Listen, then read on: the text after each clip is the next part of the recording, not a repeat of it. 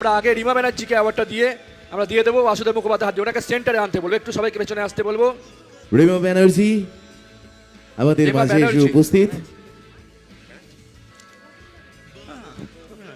তাকে সম্বর্ধিত করে দিচ্ছেন ডক্টর বিডি মুখার্জি। আমি সম্বর্ধনা ইনগ্রিডিয়েন্টস গুলো নিয়ে আসতে বলবো।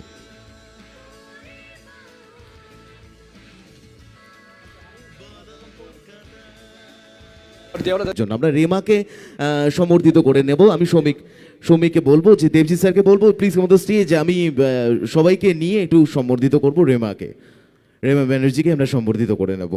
আর স্যারকে ডক্টর বিডি মুখার্জি আমি স্যারকে বলবো যে রেমাকে সম্বর্ধিত করে নেওয়ার জন্য উত্তরীয় পড়িয়ে। আমরা গতবারেও রিমাকে সম্মানিত করেছি, রিমা ব্যানার্জিকে, কিন্তু সেটা উত্তম মঞ্চে স্টেজটা তুলতে পারিনি, আমরা স্টেজের নিচে করেছি। আজকে আমরা স্টেজে তোলার চেষ্টা করলাম।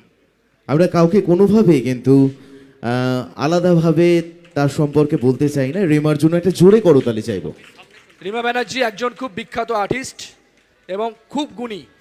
আর আমরা একটা কথা বারবার যেমন বলছি সকাল থেকে, আবারও বলছি যে আমাদের এখানে একটি বলো কলকাতা টিভি পরিবারের ডোনেশন বক্স দেওয়া আছে।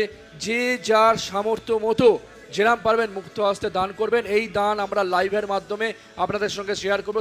রেমাকে বলি, রেমা 3 অভিনেতা তোমাকে কিন্তু অসহায় শিশুদের হাতে সম্বর্ধিত করছে।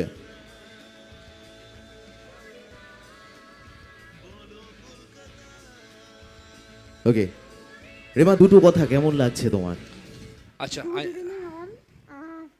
কি বলবো ঠিক বুঝে উঠতে পারছি না, গলা ফলা বসে যাচ্ছে।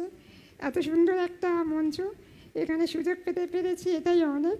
তার জন্য বড় কলকাতা টিভি অ্যান্ড সৌমিক দাকে অশেষ অশেষ ধন্যবাদ আমাকে এই সম্মানে পুরস্কৃত করবার জন্য। আর এখানে আসতে পেরেছি আর এই সম্মান পেতে পেরেছি, তার জন্য অসংখ্য ধন্যবাদ সবাইকে জানাচ্ছি। তার সাথে সাথে আমার মা, আমার বাবা, যে এই যুদ্ধে আমার সাথে একদম লড়ে যাচ্ছে এখনো পর্যন্ত, তো তাকে তো অশেষ ধন্যবাদ। এই প্রাইজটা আমার নয়, আমার মায়ের। একটা জোরে হাততালি চাইবো। আর এটাই বোধহয় বলো কলকাতা পরিবার টিভি পরিবার অ্যাওয়ার্ড।